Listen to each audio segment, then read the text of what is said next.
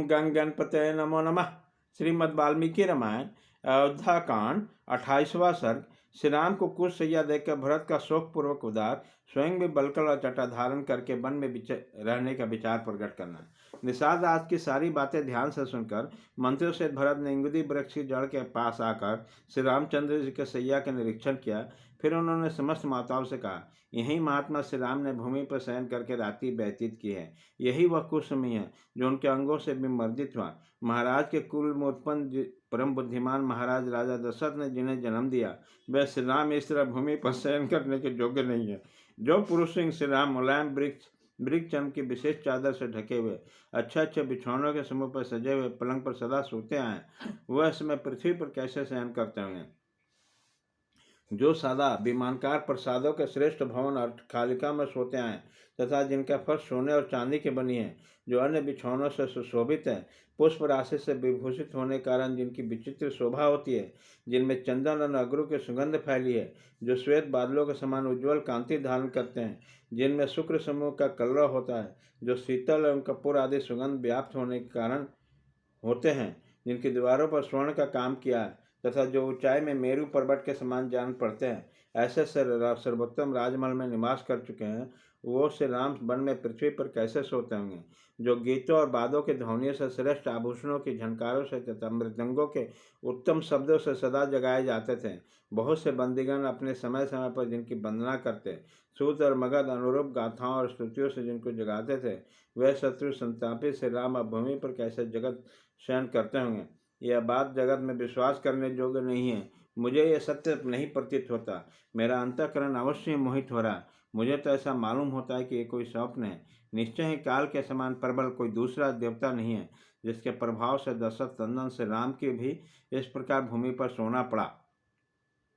उस काल के प्रभाव से विधेयराज की परम सुंदरी पुत्री महाराज दशरथ के प्यारी पुत्र वधु सीता भी पृथ्वी पर शयन करती है। ये बड़े भाई की सैया है। यहीं उन्होंने करवट बदली। इस कठोर बेदी पर उनका शुभ शयन हुआ, जहाँ उनके अंगों से कुचला गया सारा तृण अभी तक पड़ा है। जान पड़ता है शुभ लक्षणा सीता सैया पर आभूषण पहने सोई ये थे, क्योंकि यहाँ यत्र तत्र स्वर्ण के कण सटे हुए दिखाई देते हैं। इस समय सीता की चादर उलझ गई थी, ये साफ दिखाई देता, क्योंकि यहाँ सटे हुए रेशम के तागे चमक रहे हैं। मैं समझता हूँ पति की सैया कोमल हो था या कठोर, साध्वी स्त्री के लिए सुखदायिनी होती है।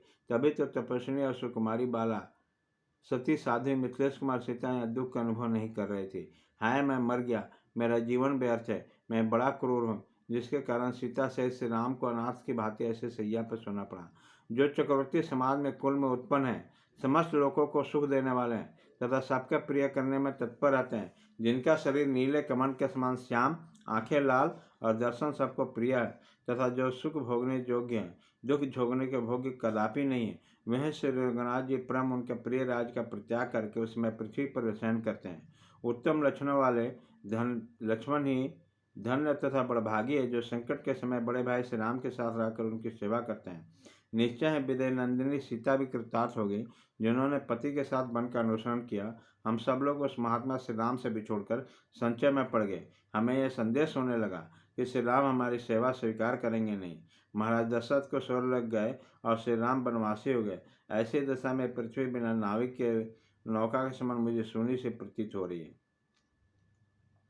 वन में निवासी करने पर श्री राम जी का बाहुबल से सुरक्षित हुए इस वसुंधरा में कोई भी शत्रु मन से नहीं लेना चाहता।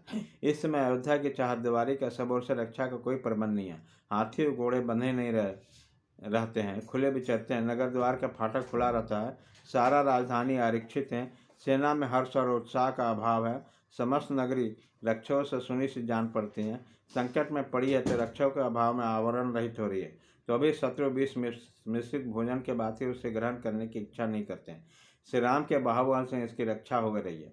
आज से मैं पृथ्वी पर अथवा तिनको पहने सोऊंगा, फल मूल का भोजन करूंगा और सदा बलकल वस्त्र तथा जटा धारण किए रहूंगा। वनवास के जितने दिन बाकी हैं उतने दिन तक मैं भी यहाँ सुखपूर्वक निवास करूंगा। ऐसा होने से आज श्री राम की प्रतिज्ञा झूठी नहीं हो गई। भाई के लिए वन में निवास करते समय शत्रुघ्न मेरे साथ रहेंगे और मेरे बड़े भाई श्री राम लक्ष्मण के साथ लेकर अयोध्या पालन करेंगे। अयोध्या में ब्राह्मण लोग कुल भूषण से राम का अभिषेक करेंगे कि देवता मेरे इस मनोरथ को सफल करेंगे। मैं उनके चरणों पर मस्तक रखकर उन्हें मनाने की चेष्टा करूंगा। यदि मेरे बहुत कहने पर भी वो लौटने के राजी नहीं हुए तो मैं बनवासी श्री राम के साथ मैं भी दीर्घकाल तक वहीं निवास करूंगे। वे मेरी उपेक्षा नहीं करेंगे। इस प्रकार श्री वाल्मीकि निर्मित आस रामायण आदि काव्य के अयोध्या कांड में 28वां सर्ग पूरा हुआ।